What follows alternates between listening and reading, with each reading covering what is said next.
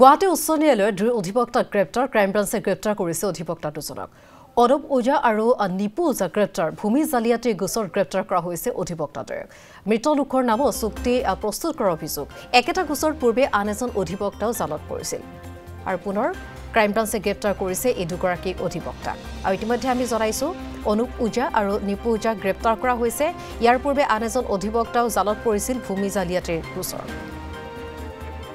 আৰু মৃত লোকৰ নামত চুক্তি প্ৰস্তুত কৰাৰ অভিযোগ তেওঁলোকৰ বিৰুদ্ধে একেটা গোচৰ পূৰ্বে আন এজন অধিবক্তাও জালত পৰিছিল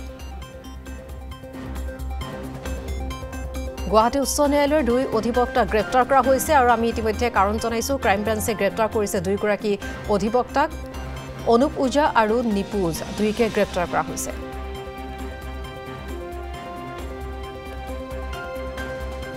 আৰু আমাৰ সাংবাদিক প্ৰবাল ডেকাৰ সহযোগত আমি অধিক তথ্য জানিবৰ চেষ্টা কৰিম প্ৰবাল মৃত ব্যক্তিৰ নামত ভূমি জালিয়াতি অভিযোগ আছে দুইগৰাকীৰ বিৰুদ্ধে আৰু ইয়াৰ পূৰ্বে আন এগৰাকী অধিবক্তাও জালত পৰিছিল বুলি জানিব পৰা গৈছে একেটা গোচৰত সবিশেষ জানিব বিচাৰিম প্ৰবাল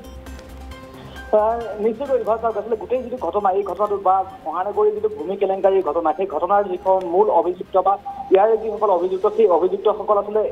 একাধিক্ৰমে তেওঁলোকে গ্ৰেপ্তাৰ হৈ আছে ক্ৰাইম ব্ৰাঞ্চে তেওঁলোকক গ্ৰেপ্তাৰ কৰি আহিছে এজনৰ পিছত এনেধৰণৰ অধিবক্তাই হওক বা সেয়া ৰাজচক্ৰ বিষয়াই হওক বা এনেধৰণৰ বা যি আয়ুক্ত কাৰ্যালয়ৰ যিসকলে ভূমিৰ লগত যিসকল জড়িত বিষয়া কৰ্মচাৰী আছে তেনেধৰণৰ অধিবক্তা দালাল বা যি সকলোখিনি আচলতে গ্ৰেপ্তাৰ হৈছে এজনৰ পিছত আনজনৰ গ্ৰেপ্তাৰ হৈছে আজিৰ দিনটোত দুগৰাকীকৈ অধিবক্তা গ্ৰেপ্তাৰ হৈছে উচ্চ ন্যায়ালয়ৰ তেওঁলোক অধিবক্তা আৰু সেই দুই অধিবক্তা হৈছে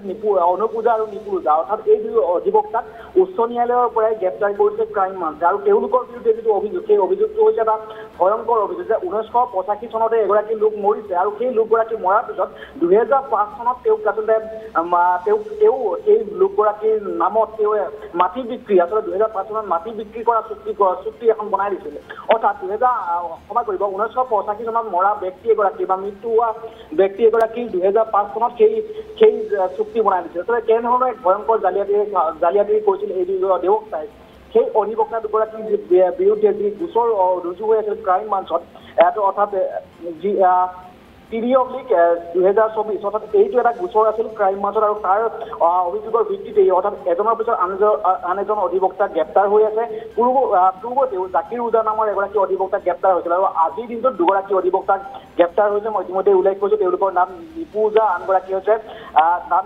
নিপুল ওজা অৰ্থাৎ অনুপ ওজা আৰু নিপুল ওজা অৰ্থাৎ এনেধৰণৰ জালিয়াতিৰে সংগঠিত কৰি অহা এইসকল অধিবক্তা দালাল বা ৰাজচক্ৰ বিষয়া বা চক্ৰ বিষয়া কাৰ্যালয়ৰ বিয়াগম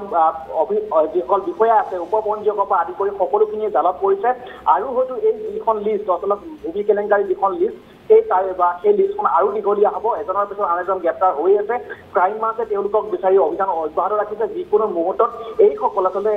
পূৰ্বতে যিসকল লোকে মৰাৰ ব্যক্তিৰ নামত মৃত ব্যক্তিৰ নামত এনেধৰণৰ ভূমি জালিয়াতি সংগঠিত কৰি আহিছে তেনেধৰণৰ ব্যক্তিক আচলতে ক্ৰাইম ব্ৰাঞ্চে সেই ব্যক্তিসকলৰ অনুসন্ধান কৰি আছে এজনৰ পিছত আনজন গ্ৰেপ্তাৰ হৈ আছে আজিৰ দিনটোত দুগৰাকী গ্ৰেপ্তাৰ হৈছে আৰু একাধিক্ৰমে এজনৰ পিছত আনজন গ্ৰেপ্তাৰ হৈ থাকিব হয় প্ৰবাল আপোনাক এই মুহূৰ্তত ধন্যবাদ জনাইছোঁ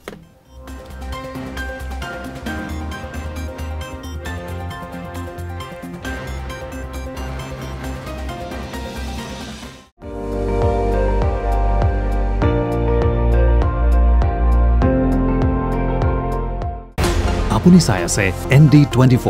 সৰ্বশ্ৰেষ্ঠ নহয় সৰ্বোত্তমৰ দৌৰ